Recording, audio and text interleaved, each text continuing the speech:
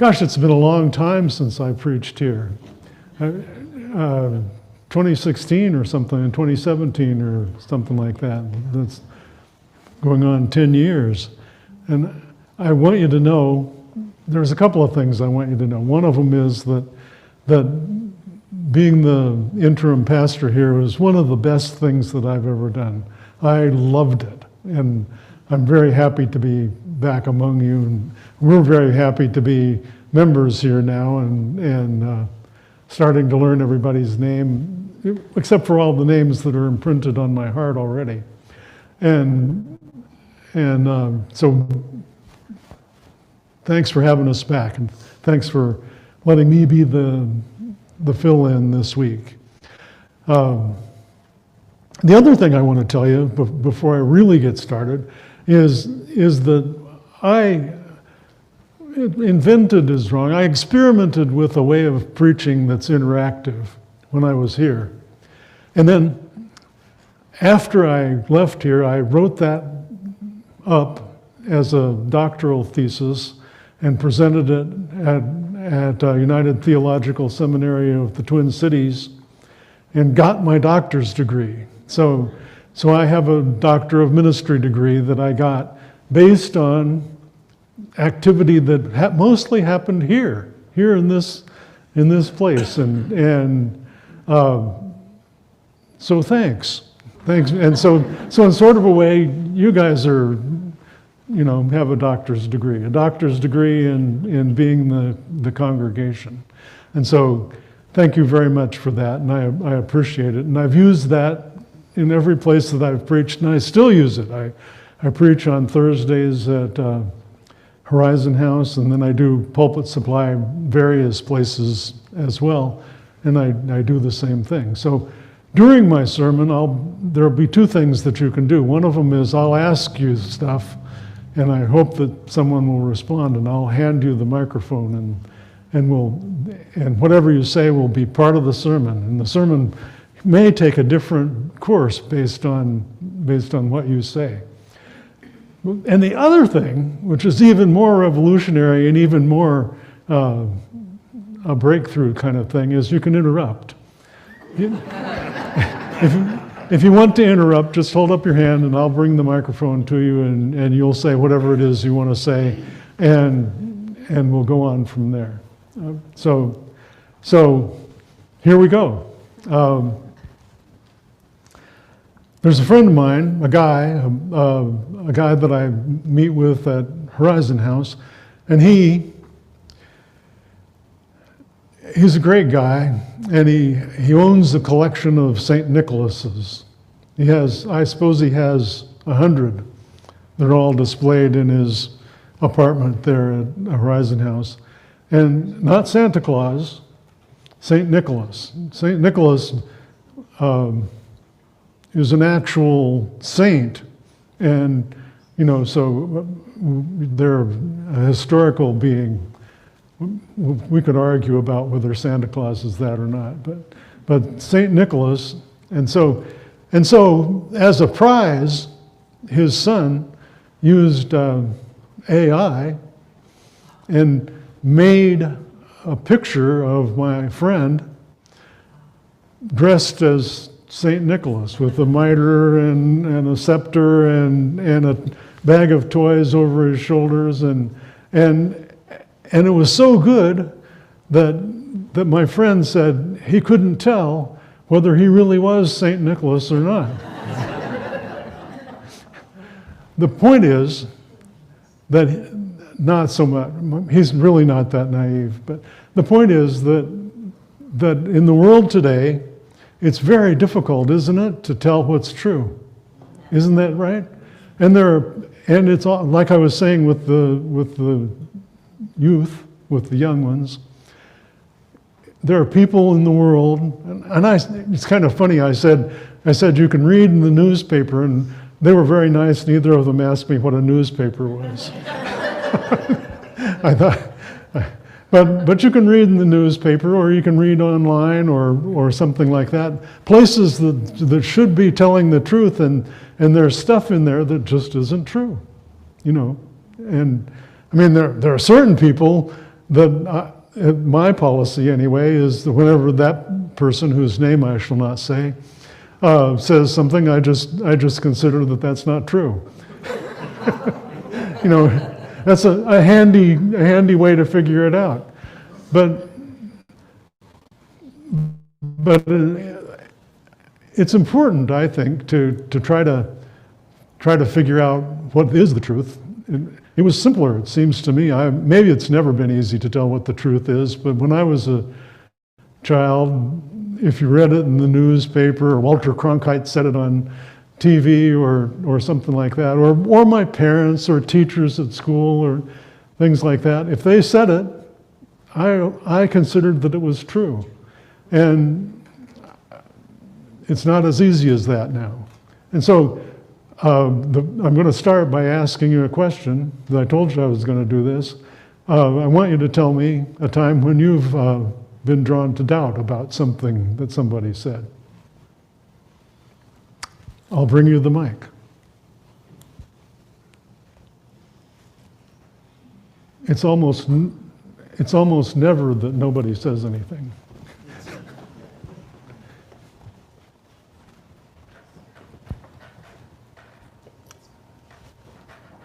I was raised, am I on?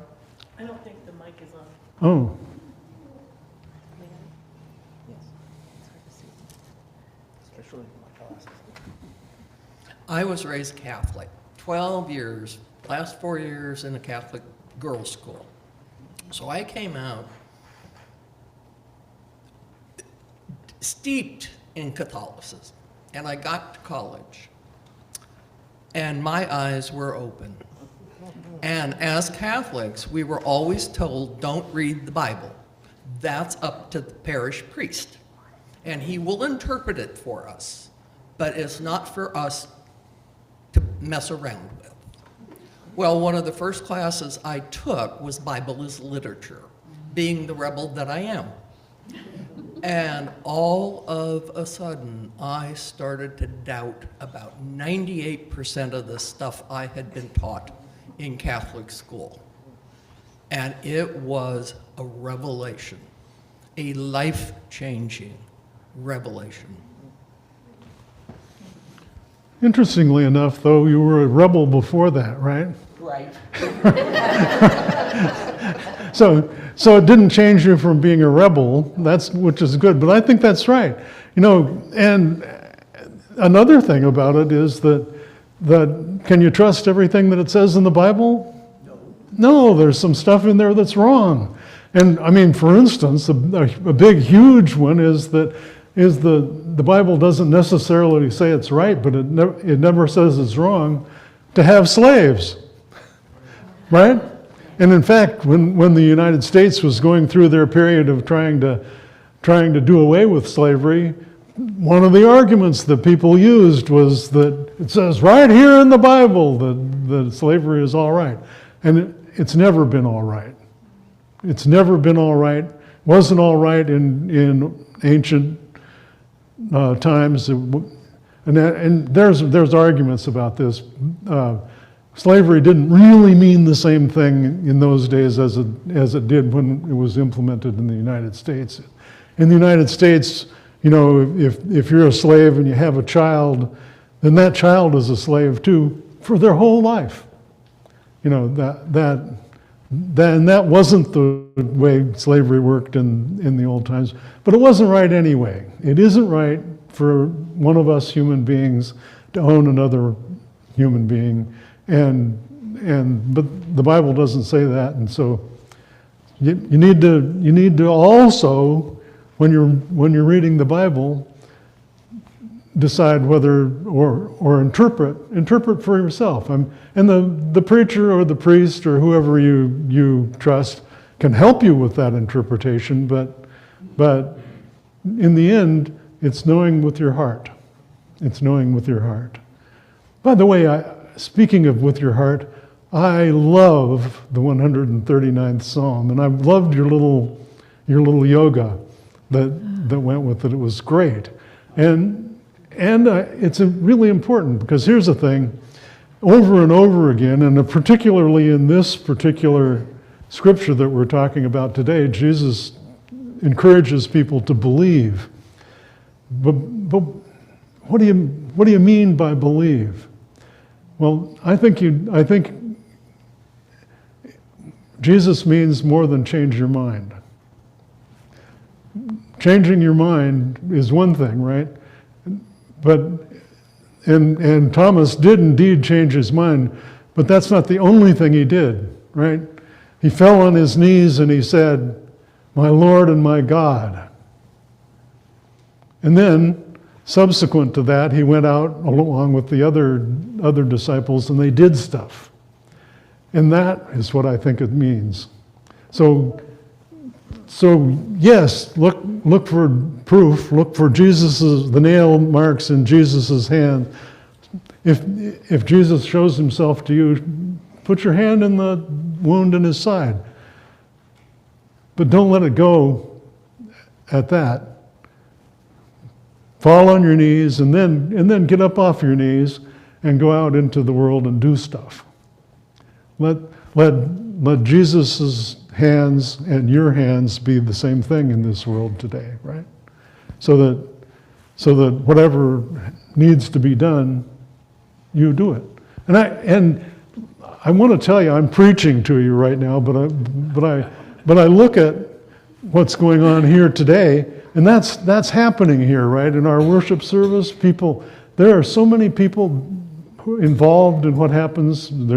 We have the piano player. Sometimes, don't you love it when we have the little ensemble that sings here? And every week we have, it isn't always Kelly, but every week we have a worship leader who, and it's lucky to have that person too, because somebody like me might come as a fill-in and not know exactly what they're supposed to do the next time. But the worship leader tells you. Not only that, but she tells all of you what to do.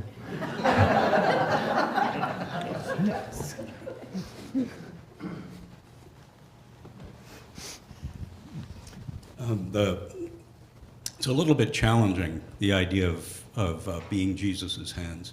I'm reading The Cost of Discipleship by Dietrich Bonhoeffer. And he talks about that if you are a true follower of Christ, that you will follow Christ into his passion, which is a self-sacrificial, it's agape, it's like self-sacrificial love, to give up attachments that are, personally self-fulfilling, and do Christ's work in the world. At any rate, that's a challenge to me, because that's a high demand for bodily devotion. Yeah, I agree. But I think that it's interesting because you read that in Dietrich Bonhoeffer, and I think Dietrich Bonhoeffer, it could probably be argued, lived it out, and was killed by the Nazis. Well, also for participating in a plot to kill Adolf Hitler, but which, well, I don't know, never mind. I was going to go down the bunny hole of whether or not killing somebody is what you would do as Jesus's hands. I'm not sure it is. Jesus, in fact, it looked like in the Garden of Gethsemane that Peter was going to kill some guards, right, who came to arrest Jesus, and Jesus stopped him and said, that isn't what we do. So maybe Dietrich Bonhoeffer isn't perfect, and neither am I, and neither are you, and any of you. But Dietrich Bonhoeffer, in my opinion, is a person who you could kind of trust, because I believe that he tended to live what he said, and so. Are we all called to be crucified? I hope not. Don't you? And that's another thing I meant to say too. I appreciate how Kelly modified the reading a little bit this morning. Did you hear that? Or maybe you did. Were you following along?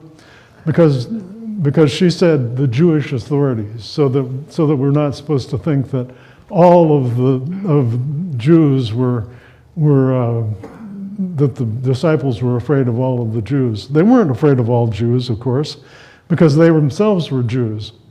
But the other important thing is that they also were probably afraid of the Jewish authorities, but they were more afraid of the Roman authorities. The Roman authorities are the ones who killed Jesus. Crucifixion was not a way of killing people that the Jewish authorities did. They stoned people if they needed to kill someone. But crucifixion was what the Romans did, the way they maintained their reign of terror on the whole earth, actually, everybody thought, but that whole area around the Mediterranean. And so this is another way that you need to kind of look at what it says in the Bible, because it has led people, Christians, to despise all Jews because it says right here in the Bible that they did this and that. It needs to be looked at askance. Do you guys know the word hermeneutics? Hermeneutics means the way. See, I should never say hermeneutics. Sherry's stomping her foot over here. If you go to seminary, you'll learn this. Hermeneutics is the way you learn to, or the way you use to interpret something. It can be anything that you interpret, but in our Christian practice, it's usually interpreting the scriptures, right? And one of the keys at Seattle U, where I went to school, was to adopt a hermeneutic of suspicion. And what they thought is that the Bible was written by a bunch of men. And that's true, probably anyway, probably true, as much as we can tell who it's written by. And so, knowing that the society that existed at the time of Jesus was probably even more patriarchal than the society that we exist in. And so it's probably, well, you probably have noticed if you've read a whole bunch of Bible that most of the women that are in the Bible aren't even named. Like the woman at the well is just known as this woman who was at the well. You know, we don't know what her name was because, well, she's just a woman, right? But it's a really important story about Jesus and about the development of Christianity, about Christianity's spread to all of not only all of Samaritans, all of Jews and Samaritans, but really Christianity's spread to everything, and women. I'm currently reading a book called Inspired by Rachel Held Evans, and it's actually exactly about that. It's challenges biblical literalism and goes into a lot of looking at the cultural context of the Bible, thinking about it as poetry and literature rather than straight literal. And I actually wanted to mention this before you even got into that because I think what really was so challenging to me from early childhood was that the Bible was taught to me as literalism, and I have this very early childhood memory of being taught the story of Noah's Ark and being in class and just going, I don't think 2 animals of every kind could fit on a boat, and I got sent out into the hall. That's exactly what I was talking about with the children earlier. You know, it's appropriate for you to say that, and I mean it's kind of obvious. They put this story together. You know, let me see, 2 lions and 2 lambs.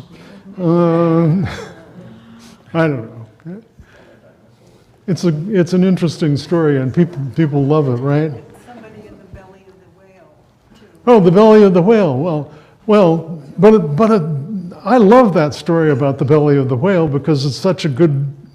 I worked for 20 years at Boeing, and I know what it means to be in the belly of the whale. It's, but it doesn't mean swallowed by a fish, usually. And yeah. So the message today. Yeah, okay. Well, the message today is that it's hard to know who's telling you the truth. It's really hard to know who's telling you the truth. I think probably Thomas could have believed his brothers and sisters, and see, I said sisters. You saw that, right? Or heard it. His brothers and sisters, that they had seen Jesus, but maybe he's a little more skeptical than that, right? And so he does what he probably should have done and said, "I'll believe it when actually I see it and touch it for myself." And then he does, and then he does go on and do that next thing, which I urge every one of you to do, and I observe that you're all very good at already doing it, which is to go out.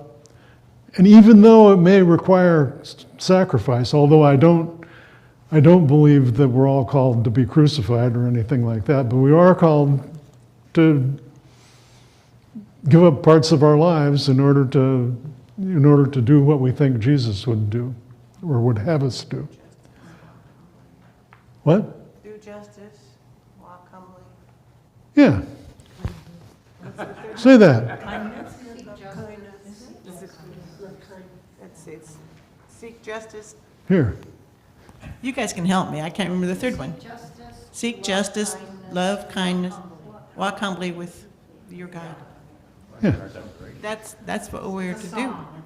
But it's what we're, if we do that, we're doing the work. Yeah. I agree with you. I almost always agree with her. Anyway, anybody have anything else to say? Okay.